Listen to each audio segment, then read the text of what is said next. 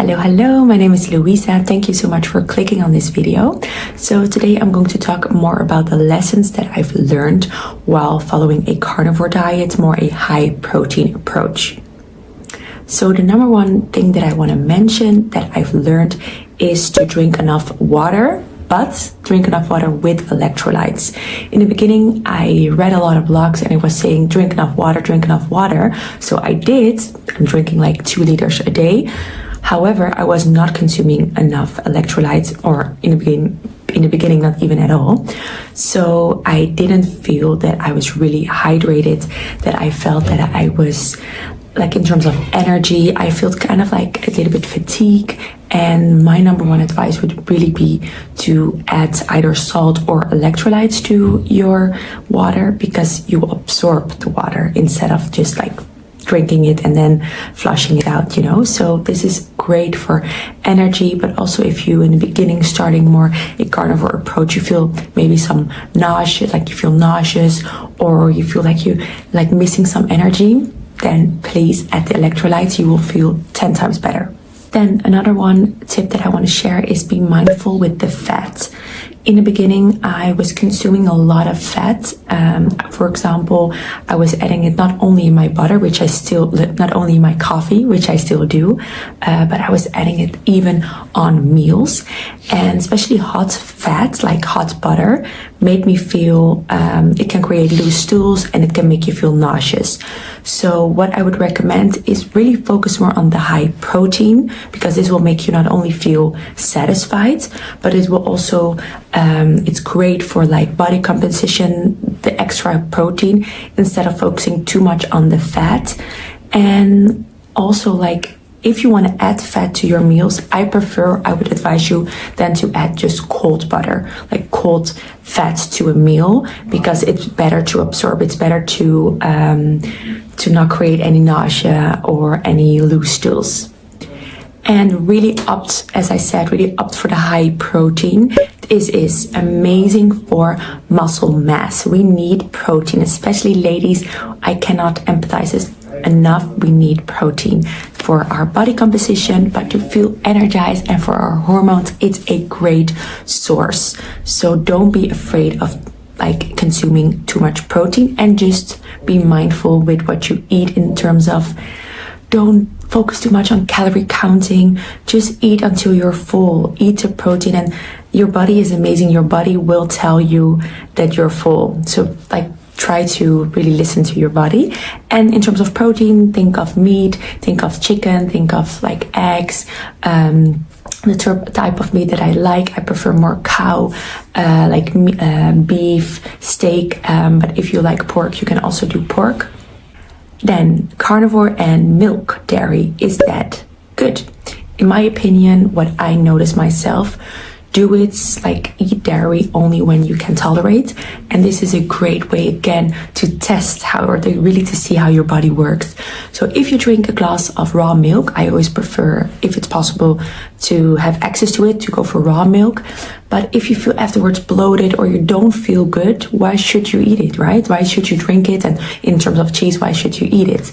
So really, in my opinion, in terms of dairy, just do it if you can tolerate it. Then in the beginning, when starting a carnivore, I was still adding like sweeteners, stevia, to my coffee, vanilla drops, like artificial sweeteners, maybe like a Coke Zero, or I love like here and there, once in a while, like a tonic zero. These are still artificial sweeteners. These are still sweet and they taste sweet, and your body will still react in a way that you are consuming something sweet, so you will even crave for it. That's my personal experience.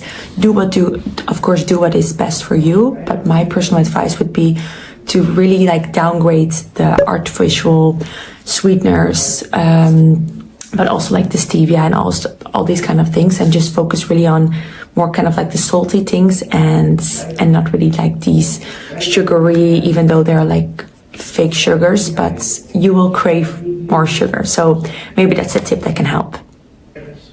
Then another thing that I want to mention is, remember that it's more about the food that you eliminate than the food that you consume. And I found this so beautiful, because it's actually a very like mindful way, because it's just so easy to know exactly, okay, these are the foods that they don't make me feel good, right?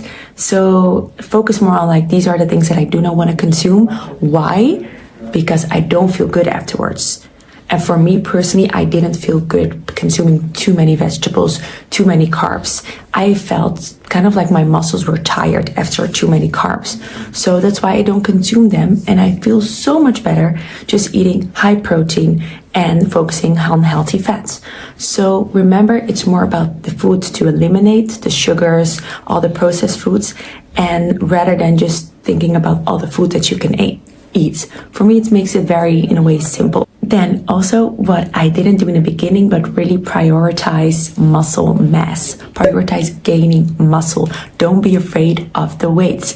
I was a type of girl that was doing a lot of cardio and going on the scale, I would say like every 2 days.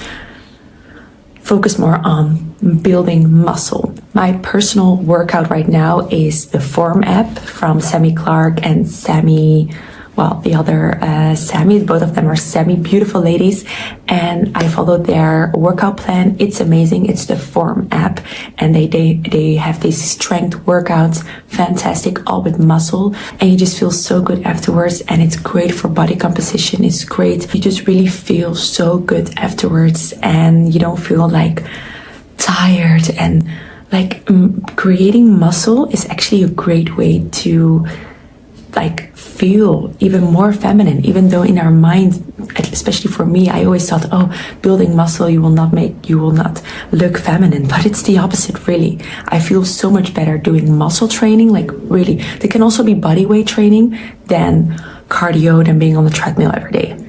Especially for older individuals, creating muscle mass, eating high protein, and building muscle with body workouts and with weights. This is super important. The moment you're getting older, we need more muscle. Then my last advice would be always do your own research, please, and just. It's amazing to learn so much about your body, and it's amazing to learn more about nutrition and health in general.